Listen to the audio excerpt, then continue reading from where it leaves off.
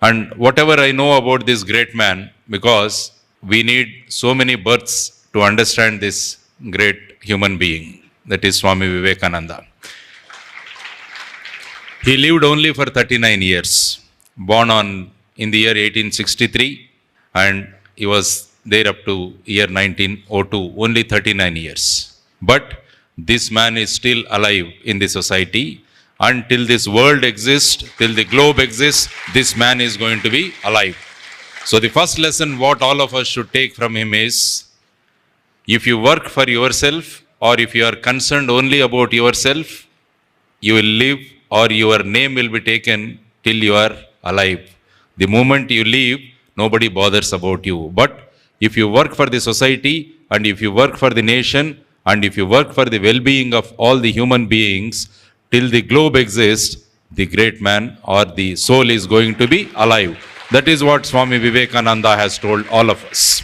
In the year 1893, in the world of and the Parliament of Religions in Chicago, in the year 1893 on September 11th, when Swami Vivekananda told sisters and brothers of America, he made us to give standing ovation for 3 minutes.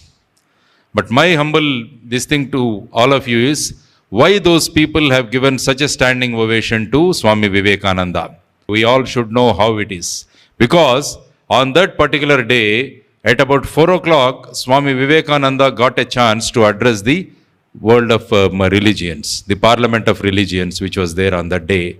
Since morning, so many speakers were speaking on the dais. Everybody was coming on the dais and addressing the gathering as ladies and gentlemen, ladies and gentlemen.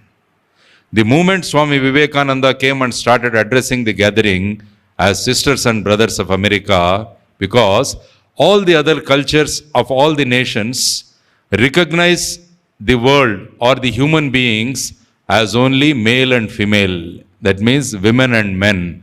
But the moment Swami Vivekananda uttered sisters and brothers of America, it has reflected the culture of India. It has reflected the culture of India. The Indian culture is that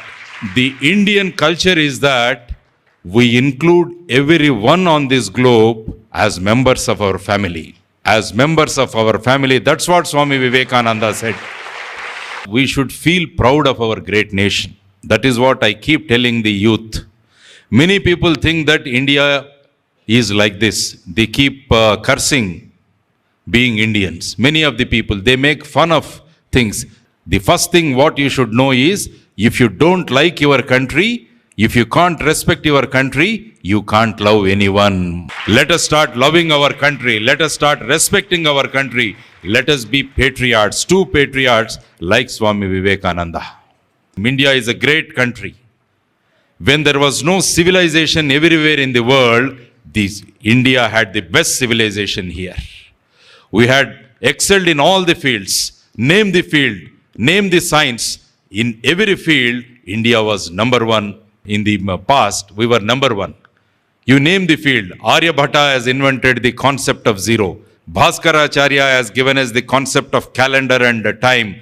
We had Charaka and we had Sushruta, who were the fathers of Ayurveda and who was a great surgeon.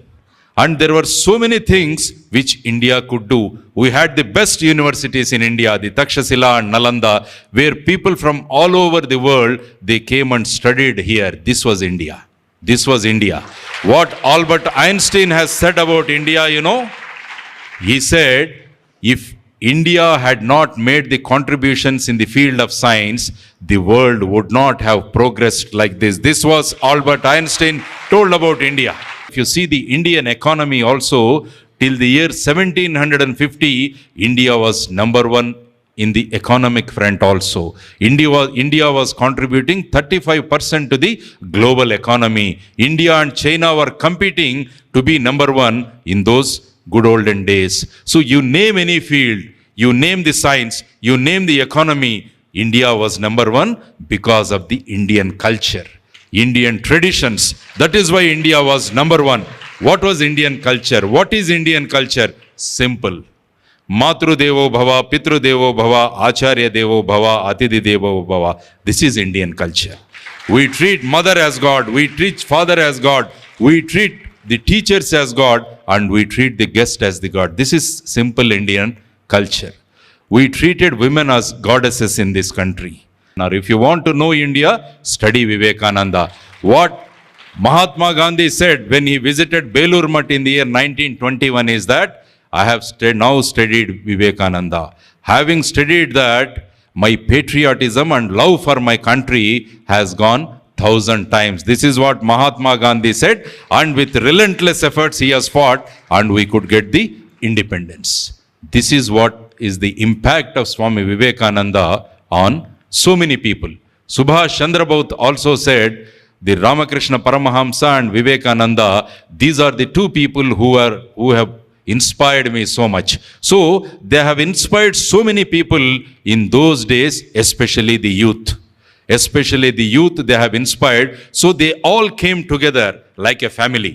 ఒక కుటుంబంలాగా వాళ్ళందరూ వచ్చి మన దేశానికి స్వాతంత్రాన్ని సంపాదించుకొని వెళ్ళగలిగారు. Now we are thinking of rebuilding India. Rebuilding India. Many of the youngsters may be feeling, is Vivekananda relevant today? He is relevant today. He was born somewhere 150 years back, and now the whole culture has changed. We have the agricultural revolution we had the industrial revolution. Now what is going on is knowledge revolution. So in these revolutions, whether this man is relevant, that is what many people keep thinking. I say Vivekananda will be relevant till the globe exists, till the earth exists, because the inspirational words spoken by Swami Vivekananda are relevant, are going to be relevant every day. Many of the youngsters are thinking that we have the internet, we have the TV, we have the cell phones, the entire world is on our fingertips.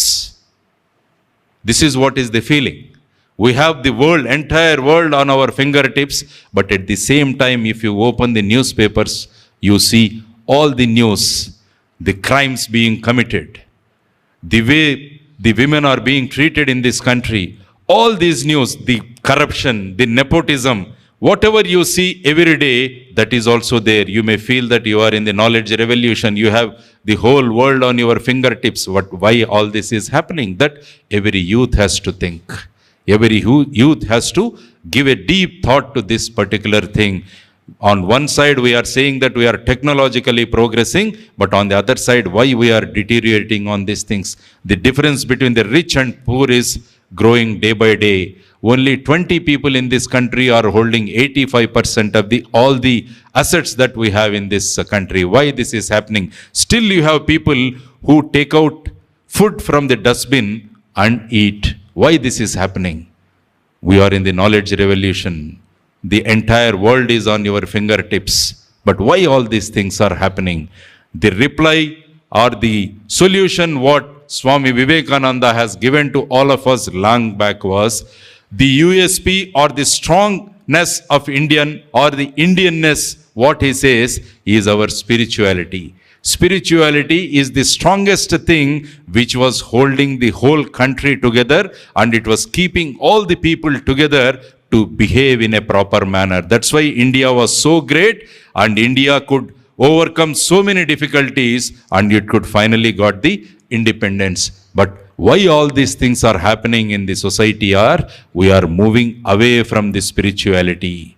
You are moving away from spirituality. You may ask me, what is spirituality?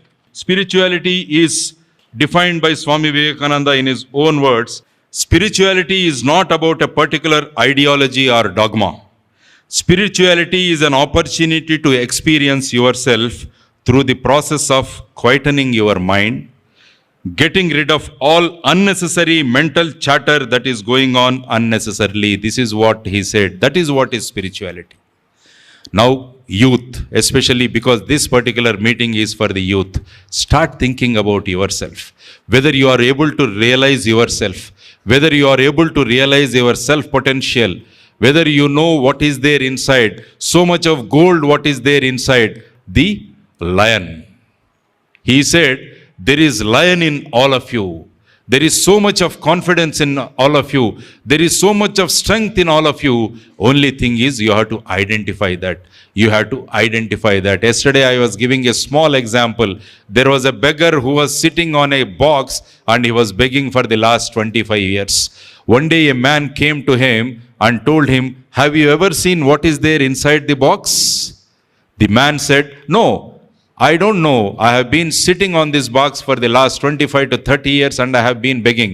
Now that man insisted, "Why don't you open the box?" Then with a lot of reluctance, that man had opened the box and he found diamonds and gold in that box. That means on a box of gold and diamonds, this particular gentleman has been begging for 25 to 30 years. So there is lot of richness or there is lot of gold inside all of you.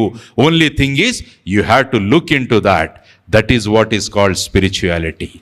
If you become spiritual, definitely India is going to regain its old glory. That is what is rebuilding India. So my sincere advice to all youth is that realize the potential.